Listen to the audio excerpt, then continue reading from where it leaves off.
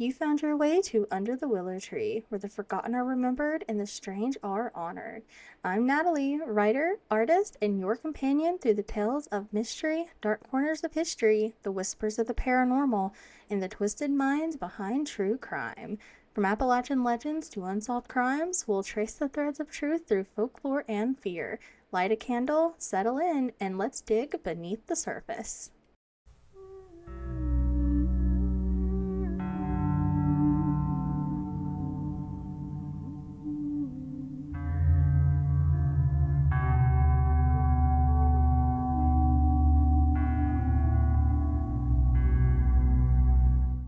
Hello, everyone, and welcome to the first episode of Under the Willow Tree. Tonight, actually, the story is mine. I'll be reading the first chapter of my debut novel, Twisted Minds, Twisted Fates. So, pretty much, Twisted Mind, Twisted Fates is a story that took 4 years to find its way to paper. 4 years of late night scribbles and quiet unravelings, of doubt, hope, and the kind of stubborn love that keeps you going even when words can't come. Pretty much, it's been definitely a work of love. It has taken me forever to write all this, and I want to be 100% honest, I never really thought that I would get to this point to where I would be a published author in, I think it's like a month and 26 days, so a little under 2 months, which is crazy to think about that it's coming that soon. I'm actually getting ready to order the first trial print of the book, and I'm very excited for you all to actually see it in physical form. But anyway, this whole entire episode, I'll have timestamps of if you just want to skip past all my ramblings and go straight into hearing the whole entire first chapter of this book. I decided to share the first chapter because I have been sharing excerpts just randomly on my blog and on TikTok and things like that. And I don't know, seems like people are wanting a bit more, so I don't mind giving the whole entire first chapter up. I think, I don't know, I might just post like a little play-by-play on my blog as well, which if you guys want to check it out, shameless self-plug, my blog and everything is on www.underthewillowtreennw.com. It kind of has everything on there, all of my other links and socials, and a bit more about me, who I am, what I do, things like that. Anyways, let's kind of just like jump into this because I do want to read the dedication to this book. But I do, I guess, have to say, as a bit of like a warning and things like that, that this entire book and story is a work of fiction. Names, characters, places, and incidents either are the product of my imagination or are used fictitiously. Any resemblance to actual persons, living or dead, events or locales is entirely coincidental. And also a bit of a, I guess, trigger warning that this story contains themes that may be disturbing or upsetting to some people, such as like blood, gore, homophobia, psychological and physical or body trauma. It is a gothic horror slash body horror book, so it's going to be a little rough sometimes. Mild self-harm, implied sexual activity, and extremist religious imagery and beliefs. So don't proceed if any of these subjects are sensitive to you. Granted, the first chapter is pretty clear of some of this stuff. I guess you kind of do get a bit more of the more serious religious imagery and belief systems in all of this. And there is a mosquito flying around my little office, and it's going to bug me the entire time, but oh well, it's fine. So, the dedication. It simply says, "For the mountains that raised me, the spirits that linger in hollers and hearts, and every soul who taught me to find magic in the mud. This story carries the howl of home, twisted, tender, and true, to those I've loved in shadow and light, whose names echo in these pages like wind through Appalachia. You are the myth, the moss, the moonlight, and to the twisted trail where Willow first found her voice, where fog kissed the fields and fear turned holy. Thank you for giving me the first scream, the first spark, the first story." So I do want to go back onto that sentence a little bit. The twisted trail where Willow first found her voice. So, I guess if you kind of know me and have followed me on TikTok for a while, you would know that I am, I guess now, a retired haunt actor. I was a haunt actor for 4 years at Miller's Nightmare Haunted Farm, located in Lewisburg, West Virginia.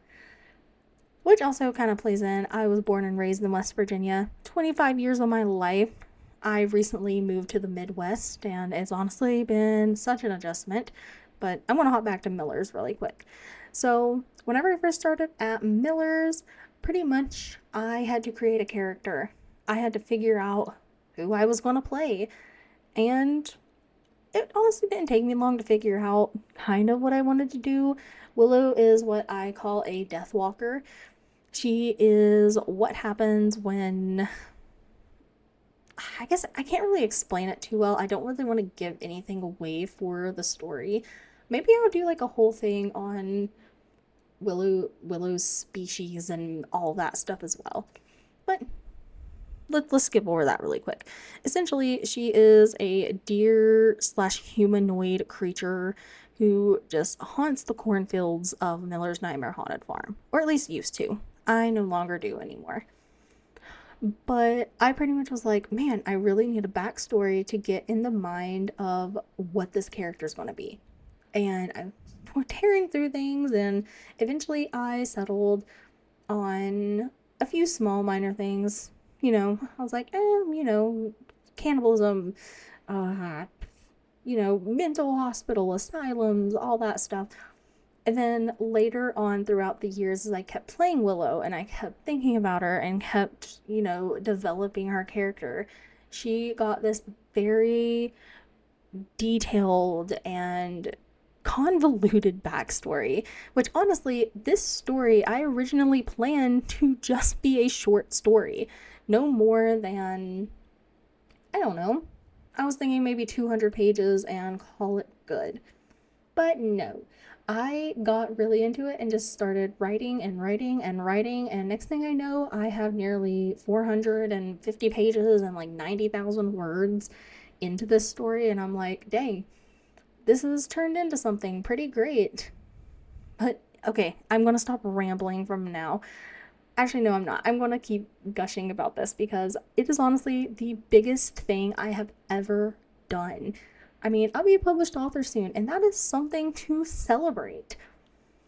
But later on in the story, I will say this, we meet a very fun character who simply goes by Bunny.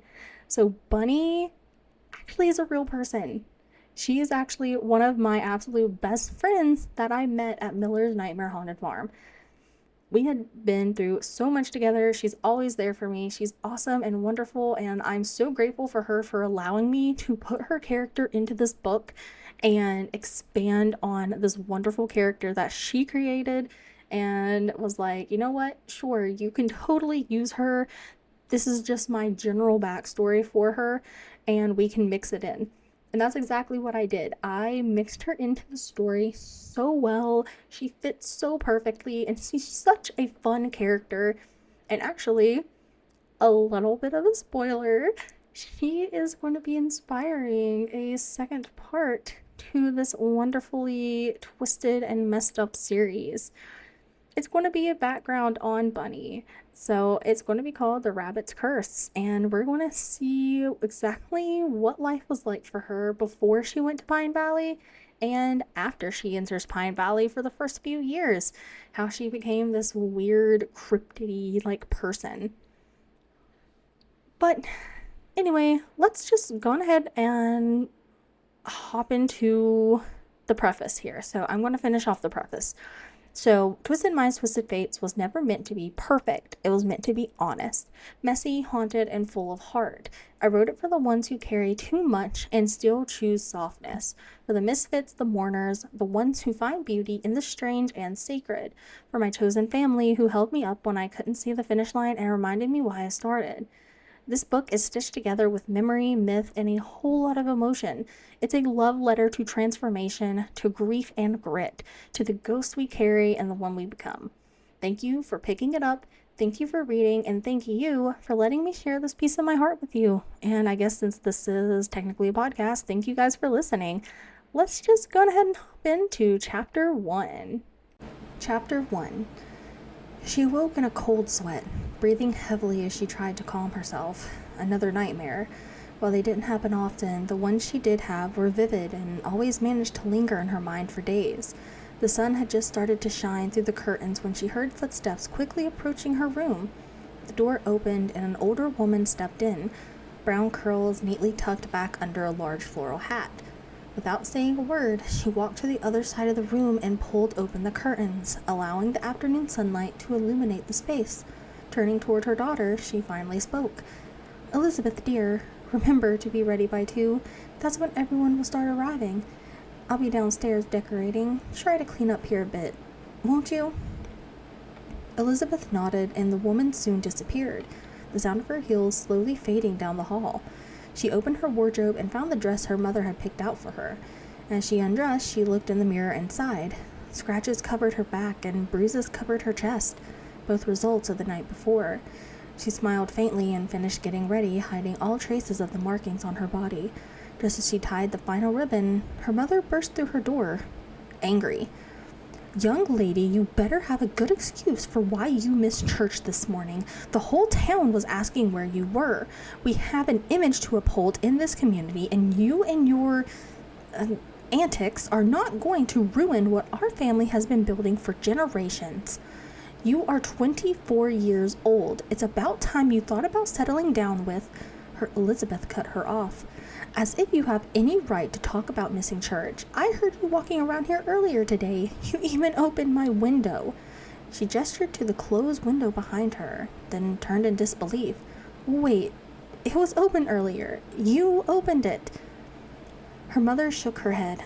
"Honey, your father and I just got home. He's parking the car now. You were probably just dreaming." She sighed and turned to walk out, then stopped. "Hurry and finish getting dressed. We need all the help we can get to pull everything together for this afternoon. You will not be late." The sound of her heels echoed on the hardwood floors as she walked down the steps. To outsiders, Eleanor Westfall was a paragon of southern grace. She knew when to laugh lightly, how to pour just enough lemonade into a neighbor's glass, and how to deliver a cutting observation wrapped so sweetly in molasses no one noticed the wound. Maintaining decorum wasn't a choice, it was an art form, a skill passed down like heirloom silver. Liza sat down and pulled out a small journal she kept hidden under a loose floorboard in her closet. She opened it and began to write. "These strange occurrences won't stop happening. In fact, they're becoming more frequent. I'll wake up and someone will be in my room. Most of the time it's Mom, but when I mention it to her father, I get confused looks. They tell me they haven't been in my room at all, or that they weren't where I saw them. Sometimes I hear someone calling me, and I'll walk into a room only to find no one there. Maybe something supernatural is happening in our house? Such nonsense shouldn't even cross my mind. Supernatural isn't real." She didn't fully believe it was all fiction. The things she saw and heard felt too real. There was no way she had imagined them all. She wasn't the smartest, but she knew what she saw. Liza looked back down at the pages of her diary, every scattered thought and eerie experience carefully preserved in ink. Picking up her pen, she started a new entry. April 18th, 1954. I had another nightmare last night. They're becoming more frequent and somehow they connect. I can't explain how, but I just know. This time I was in a dark forest, walking endlessly in circles. Eventually I came to a clearing. Dead cornfields stretched out like someone had planted but never harvested them. At the edge stood an old farmhouse and a shed. It looked like it had a basement entrance outside, so I approached. The grounds were empty but heavy. I went into the basement and that's when I saw it. Blood and bodies hung like meat in a butcher shop. I heard footsteps approaching and ran. Everything started fading until it all vanished into black. That's when I woke up. I don't know what it means, but it terrified me. Liza finally snapped out of her trance and went downstairs to see what needed to be done. She stepped onto the back veranda overlooking a beautiful pond. A calming, dreamlike shimmer played on its surface in the afternoon sun. She spotted her father overseeing a construction crew making last-minute repairs to the neglected back garden. Her father was a cold and emotionless man, strict and deeply traditional in both thinking and behavior. Edward Westfall was a man carved from routine, each morning unfolded with military precision, shaving, starching shirts until they could stand on their own, sipping black coffee with 2 sugars stirred exactly 6 times. His days moved like clockwork, as if emotion were a luxury he refused to waste time on. To the town, he was the gold standard of discipline and dignity, a man of standing.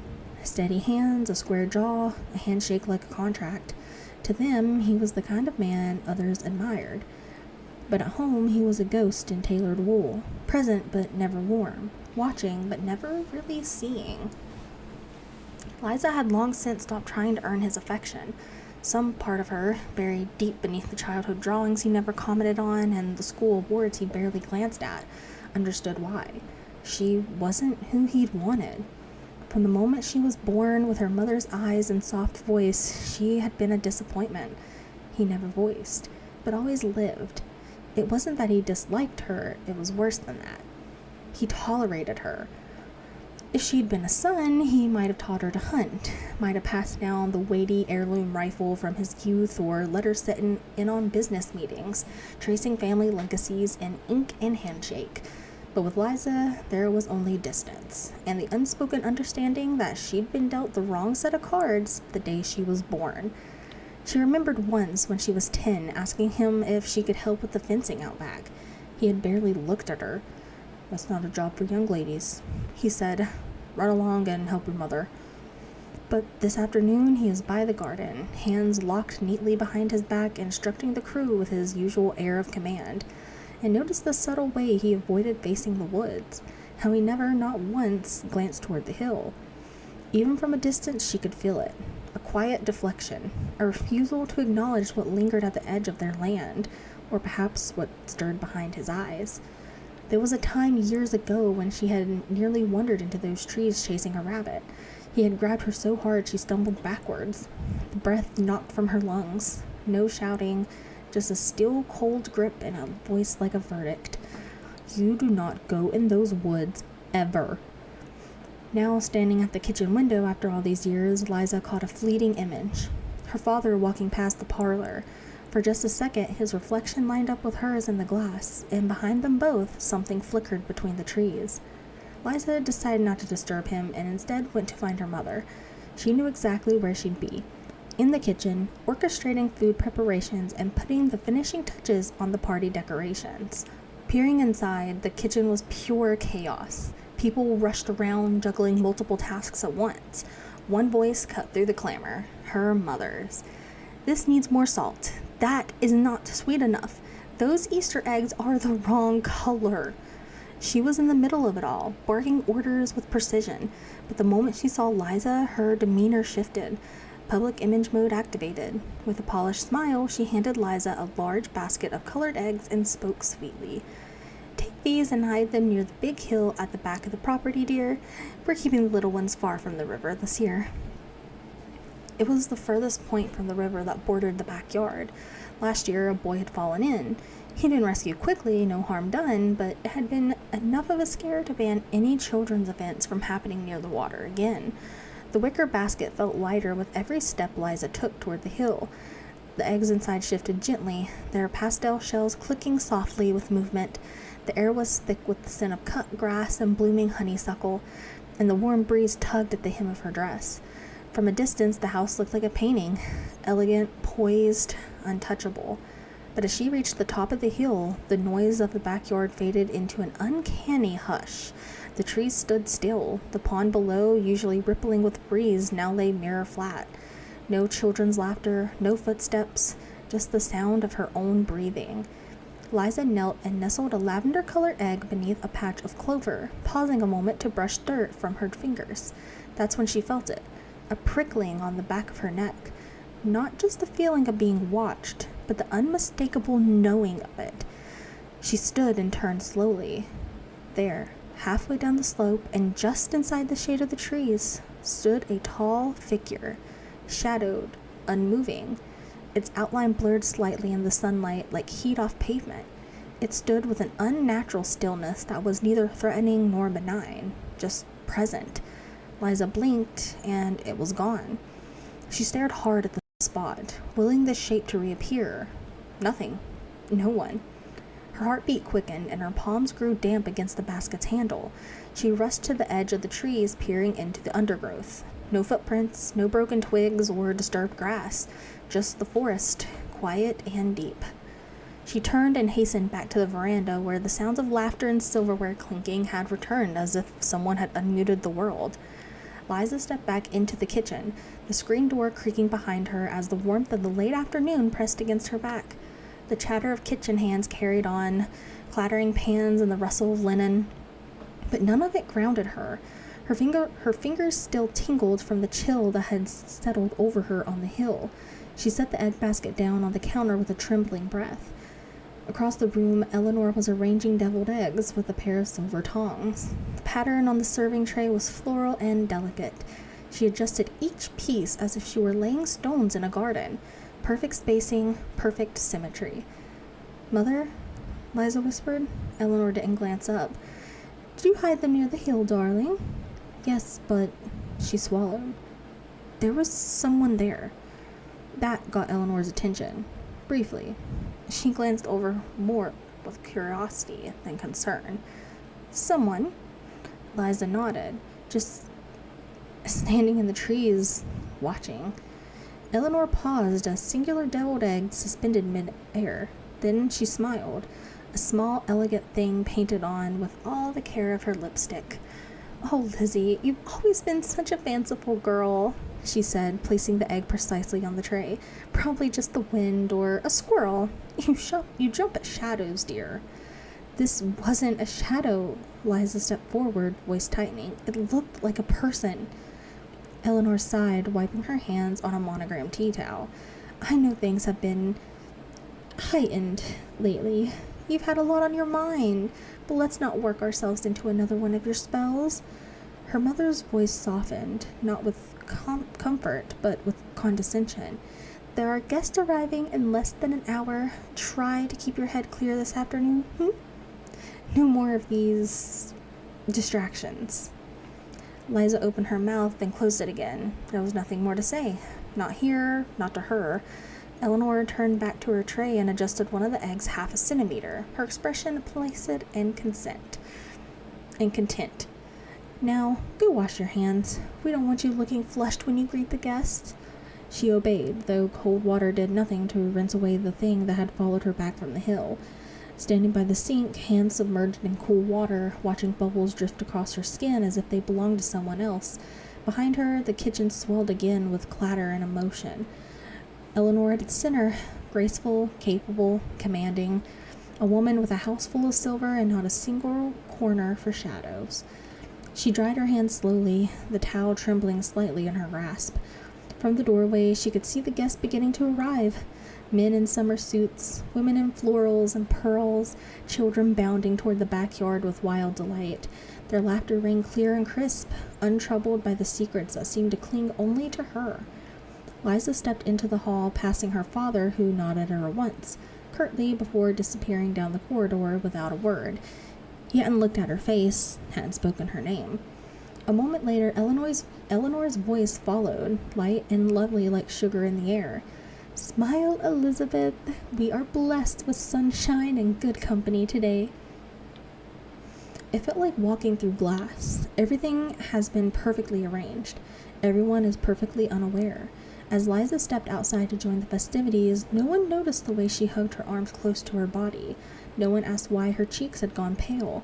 No one saw the way she kept glancing back, toward the trees, toward the silence. They were all too busy enjoying the show. The Westfall estate unfolded like a pastoral stage set. Rolling green-edged with dogwoods in bloom, a white gazebo at the center, wound in lavender ribbons, and every inch of it curated to reflect a quiet prestige. The Easter gathering had become a local fixture, part celebration, part obligation. Attendance wasn't so much requested as expected. Women floated across the lawn like springtime specters in silk and seersucker, their wide-brimmed hats bobbing in polite choreography. Pearls gleamed in the sunlight. Gloves were worn even by those too warm for them, and the perfume of rhododendron, sugar glaze, and mown grass hung thick in the air. Children chased one another along the flagstone walk, baskets clutched in sticky fingers, their laughter piping through the hedges like birdsong on amphetamines. Older boys stood near the lemonade table, sleeves rolled and hair slicked, trying too hard to look uninterested in everything. Near the buffet tables, trestle cloths rustled under polished silver trays in an overabundance of deviled eggs. Ham glistened, cakes leaned delicately under the weight of hand-spun frosting. There were enough casseroles to feed a siege. The preacher arrived promptly at 2:30. Reverend Amos Dobbins, in a beige linen suit that somehow both wilted in the heat and refused to wrinkle. His voice, when he greeted people, was the same one he used to baptize and to bury. You could smell cedar shavings and tobacco whenever he got within 3 feet. He made the rounds with his wife, Dorothy, who wore lavender chiffon and shoes that hadn't touched grass in 20 years. She nodded at everyone as if cataloging souls by sin count. They weren't alone. Miss May Ruth Langley, who organized the prayer chain to operate with the efficiency of a battlefield telegraph, had gathered the church ladies like starlings along the edge of the patio. They smiled politely at the secular guests, but you could hear the judgment humming beneath their greetings. Less brimstone, more embroidered disapproval. Reverend Dobbins paused at the drinks table, patting the back of a local deacon and murmuring something about walking in grace with firm shoes. Liza moved through it all like a ghost wearing the right dress. Her mother directed servers with a delicate flick of the wrist, praising the citrus-glazed carrots to Mrs. Langley while simultaneously narrowing her eyes at the crooked stack of napkins. Her father barely spoke, but that was expected. His presence was currency. He shook hands with the mayor, nodded at the sheriff, and maintained the expression of a man always about to excuse himself. The string quartet, young men borrowed from the state college, played something soft and Bach adjacent. Though no one really listened, it simply filled the space between gossip and grace. And all of it, the flowers, the food, the flawless symmetry of smiles, existed like a bubble just waiting to thin. Just one hairline crack, and the entire afternoon would spill out onto the grass. But for now, it held. And wasn't that the whole point? Liza wandered away from the party as evening swallowed the lawn, her shoes soundless against the grass. Laughter and clinking glasses drifted from the veranda like wind-blown confetti, light, directionless, oblivious. She didn't think anyone saw her slip past the arbor and down the old path toward the edge of the woods. She needed air, space, something that didn't speak in smiles or dismissals. The trees ahead grew still in the dimming light, their branches sharp against the amber sky. She stopped near one of the older birches, breath shallow, heart not quite steady. The figure hadn't returned, not visibly, but the memory of it still clung to her skin like humidity, and then she heard it. Elizabeth. The voice was low, just behind her left ear. Calm, intimate, not rushed, not fearful, like someone waiting for her to catch up. She spun around. Nothing. Just trees, darkening now as the light drained from the sky. And then came the flutter. Quiet at first.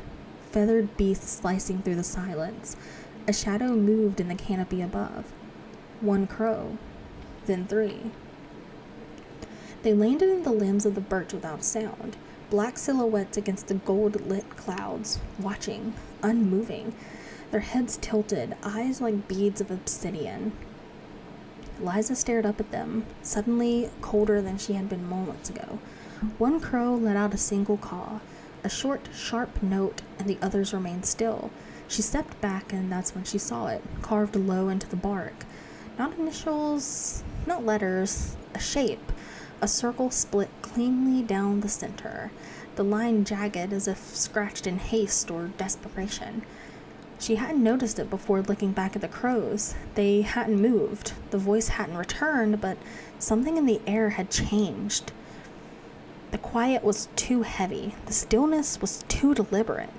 She turned and walked back toward the house. faster now, not daring to look over her shoulder, yet certain that moment she did, the crows would be gone and something else would be standing in their place.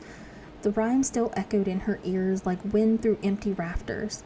The surrounding garden blurred at the edges, each tree trunk leaning a little too sharply, each shadow reaching a bit too far. She wasn't entirely sure if she had heard it or remembered it, whether someone had spoken it aloud or it had grown in her mind like ivy from a cracked wall. She swayed slightly on her feet. 10 for the devil himself. Liza? The sound of her name, spoken with concern, not caution, cut clean through the fog. Liza looked up, blinking, like she had stepped out of a dream. A pale, freckled girl stood a few feet away. Celine. The garden lights tracing a soft glow around her bright red curls. You look like you saw God or the devil. Celine stepped closer, not joking this time. Which was it? Celine opened her... Liza opened her mouth, then closed it again. I don't know, she said. Her voice was small. I felt like I left for a moment. Like my skin was still here, but I wasn't. Without a word, Celine took her hand, not dramatically, just firmly enough to remind her she was real. She squeezed once, steady and certain. You're here now, Celine said, and I've just liberated 2 lemon cookies from your aunt's tray. Do you trust me to keep one from crumbling in my pocket before we get to the swing? Liza exhaled a laugh, thin, breathless, but real. Together they walked toward the far end of the lawn, where a forgotten porch swing creaked lazily beneath a magnolia.